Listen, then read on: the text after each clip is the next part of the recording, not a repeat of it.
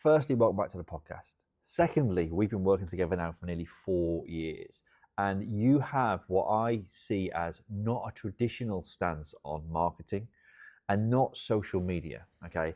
Most people are putting something out on social media, praying that something will come to them, and you have what I call a proactive approach to your marketing. It's multi-layered, it's multifaceted. So to help people in the world, I would love to pick your brain on how you see marketing, digital, social. You know, we talked previously off camera about using something physical. I'm not going to share that. I want you to share that because that's your thing. And when we talk about how these things can be used, I'd love to help other people, because I see people in your industry and it's either very entertainment or it's in the construction world, it's actually quite silly, if you will. You know, there's these short form bits of content for attention, but I don't see it taking anybody anywhere. It's an attention thing. So I'd love to know how you see your marketing and how you feel that we've worked to deliver what you wanted. Okay. If I talk initially about what I think it should be. Yeah? Yeah, I think it should be about brand awareness. Okay. Okay. I would hope that what you see from what we do provides brand awareness. Now that's got to be authentic. Yeah. It's not, for me, it's not promotional. Okay. It's about showing authenticity and showing integrity. How do you do that? I do it through a multi-layer, as you said. Yeah. So what I'm looking at Twitter. Yeah. I'm looking at YouTube. I'm looking at LinkedIn and Instagram. Yeah. Primarily. And each platform there has different purposes. Yeah. But it's all got to be helping contribute to tell the story. Okay. Okay. And with that, what we're trying to be is transparent about our business activity. Right. Okay. And what we do. Which is rare, I think. A lot of people have a facade on social media where they try and portray an image. But going back to exactly what you said, is the image you're portraying is authenticity, is honesty, is openness. Yeah. I think it's about showing your professional integrity. Yeah. And showing the audience, if you like, what they would like to engage with. Okay. Okay. So I'm not there stood dancing next to a tractor or anything, you know. Can you dance? That's rubbish. No, I can't dance. Look at the size of me. But, you know, what I'm trying to gauge through this is actually provide that integrity and authenticity, but sort of provide the information on the range of services that we provide. Okay. Okay. What I'm looking to do is show educational content. Yeah. Now, you would have seen, what was it, 3 years ago, 2 years ago, we did our educational series. Yeah, we did. Yeah. And which originally that wasn't designed for, the concept was designed to be, it's a sort of standalone program. Yeah. But it was like, you know what, this is too important and too good not to share with the world. I'm not trying to monetize my social media. Right. I'm not trying to monetize it. What I am trying to do is demonstrate that the service that you're going to get, if you come to us, is real and authentic. Right. And you can see it far ahead of time. Yeah. Through the socials. Yeah. Okay. And with that, you know, what helps provide that is customer testimonials. Yeah. So through all of that, that's where I try and get brand awareness. Okay. Okay. And we've talked very, very high level on that. Yeah, of course we have. But that's what we're trying to do. But what we're trying to do is at the same time grow brand audience. Yeah. So that's where the likes of your YouTube and your LinkedIn and things like that come in. If I can put the right quality and content online, I can grow that audience, which then gives more people awareness of our brand. Because am I right in saying then, you know, from the discussions that we've had and the work that we've done over the last 4 years, is your social media, your marketing, even down to the YouTube video which has gone out about your email signature, it's all to bring somebody to have a conversation with you. Yeah. I know the world is moving towards AI. Yeah. But what we've got to do is use time correctly and use our skills correctly, that we can actually advance you. That I think human interaction is still the number one. 100%. I cannot agree more. I love technology to assist, not to replace. So we've used AI tools within your business, and you're like, Stephen, I don't like that. It doesn't sound like me. I get it. Okay, so how can we use it to? That's me being the African salesman again. Right. But we've got to review, monitor, and listen. Of course we do. What we do. Everything is tested. And what other people were giving us as well. Yeah. And we've got to be able to do that. Well, I always say that we sort of measure, manage, and implement. Yeah. And that's the portrayal that I'm trying to get over on the social side of things. Okay. And so that's sort of reviewing value. Yeah. That's managing time. It's implementing process. Gotcha. And if we can tell that story with authenticity, yeah, to that increased audience, that helps in what we're doing. And I will take a personal interaction to the messages. Yes, it's you do. not. It's not anyone else. No. And it's not AI. And that's it's personal. And what we're trying to do is actually speak to the right people. You can speak to me. This is the thing, in my business, I run my personal brand. So when people, if I'm having a conversation with somebody, say it's, I suppose the touch point, one of my first touch points obviously will always be video. And that's what I've tried to incorporate with you, because we can build, know, like, and trust really, really quickly through the whites of our eyes, through our voice, our mannerisms. Us sitting here right now, someone watching this will know whether or not they like us. Yeah. Me, you, equally, independently. And people, unfortunately, people do make a judgment, but a video is a great way to at least get an insight into the person, rather than looking at everything within the business. It's like, do I want to do business with this person? Do I like this person? Yes, great. If not, great. You've also detracted people away from you, so there's no time wasted on either side. But I think what's important, like you say about the if someone messages you, it's you, is that's one of the things that when we first started working together, I was like, if someone messages you, it's got to be you, because I'm not Julian.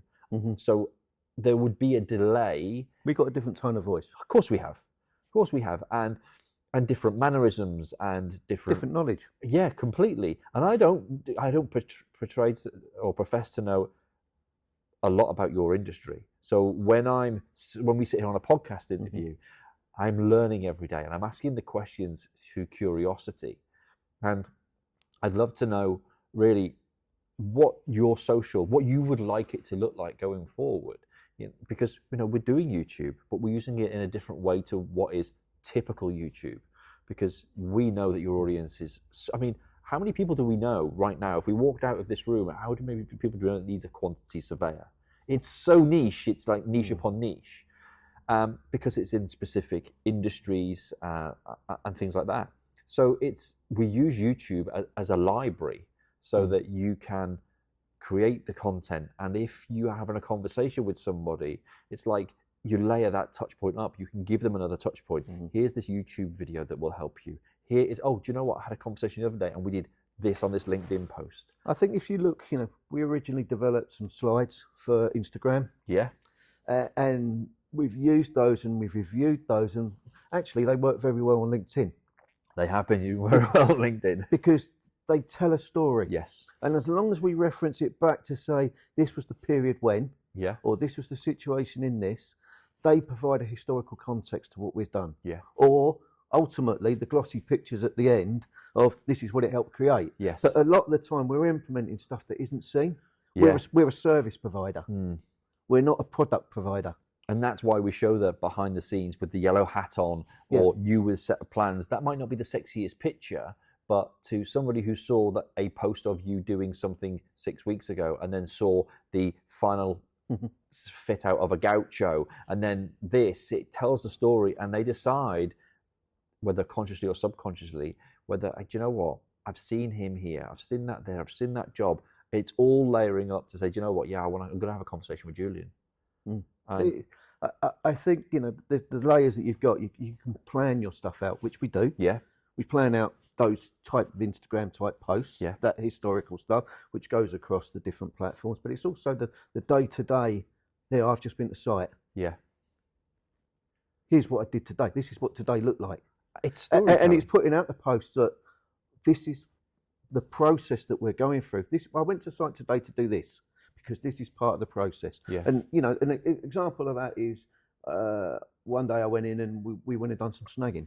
Okay. At the end of the job, listing down the items that need rectification, if you like, or completion. within that, I then went to another job, different type of job, and reviewed something which was a historical dilapidation on the building. Now, I put that together in one post. This is my day. This is what Julian's day looked like today. Yeah. And it's not all glitz and glamour. Nope. You know, it's water stains down the wall. It's painting that needs touching up. But it's part of the process, and it's to actually develop that feeling that you're not going to get that instant attraction and people talking to you for. Yeah. But what you are going to get is they're going to get the insight that this is what we do as part of the process and how we look after you. Okay. Question. Do you see many other people in your industry doing it the way you do it? I'll be honest, I'm not aware of too many. I don't. That do it in the way that we do it. I see people with glossy pictures. Yeah. I'm not detracting from that. No, because they're required, because the end product, we need to show the end product. It's not saying that you shouldn't have because you've got some beautiful, beautiful imagery within brochures, on your website, within Instagram pictures, but you've also got, like you said, the real, the authenticity, the storytelling, the day-to-day. And I wonder if people could actually learn from that and put more of that into it than just focusing on... It's all the bits that you just talked about is the ingredients that go to make the end product. Absolutely. So by us not just showing there's the glossy picture at the end, yep, lovely, nice design by someone else. Yeah, it looks lovely, thanks. But whatever, that's great. But it's all the unseen bits Yeah. that we can go through and tell the story of as we go through, that we can't take that photograph of, other than here we are in a set of boots In with the a hat moment. on, in the moment, actually doing that. So it is the site, telling the story of the site meetings. It is the story of where we're travelling and what we're doing, and look at the state of this. Yeah. So how, just for people watching and listening, just give us a potted insight into how you want to and are using each social platform. So let's look at YouTube as a primary example. We talked about it being a library. It's a library. I'm not there to monetize YouTube with lots and lots of visits, if you like. Okay. But I use it as a library which I can then incorporate into my website, blogs and things like that. Okay. It's a good storage tool. Yeah. If you look at things like Instagram, provides a great library of photos. Yeah. And I would hope that is a good reflection on our type of work. On the work you do, yeah. If I'm looking at Twitter, I'm in two minds about Twitter. Okay. To be perfectly honest with the owner, the way that he is. Yeah, gotcha. But having said that, it's very good for your Google indexing. Okay. Which we've talked about before. Yeah. When we have those conversations about do I want to be on that platform? I'm like, yes, you do, because Google indexes tweets. Yeah. So that's good for that. My primary source is probably LinkedIn. Yeah. And again, you do that as a personal thing. You do it as a company thing. And how we can do it, but we can probably share some of the stuff that we're doing on Instagram into the LinkedIn, and it's working really well at the moment, isn't it? You found that we had, so over the last 2 years we've had 2 phases of Instagram, for with sets and banks of images, and we're now recycling those, so repurposing our content through your personal LinkedIn, which seems to be having an impact. Yeah, getting good connection notes, good discussion points. Yeah. And with that, it's all the authenticity and the reason to discuss. Right. And then coming away from digital for a minute, you mentioned off camera earlier about how you were looking to create a book. Yeah, I've got an idea that I've got some beautiful images and posts which have gone through. Yeah. Why not put them into a book? Okay. That I can utilize to share with my clients. Right. In some ways, it's a celebration of some of their work. Yeah. In other ways, it's a good justification to keep talking. Okay. And open new doors. And also, just for thinking of that, you're then layering digital, you're layering social, you're layering video, you're layering paper. You've got all these different touch points. Google released a piece of data many years ago about ZMOT, Zero Moment of Truth, about having these 7 touch points from knowing someone or being aware of someone to make a buying decision. With social, the way it's exploded, it's like 20 or 30. So all of these different things, touch points on LinkedIn, touch points with a coffee table book, touch points with an email signature, touch points with a video. All of these things add up. And I suppose my purpose for this episode of the podcast is there's going to be other people who do good work like you, who do business for good.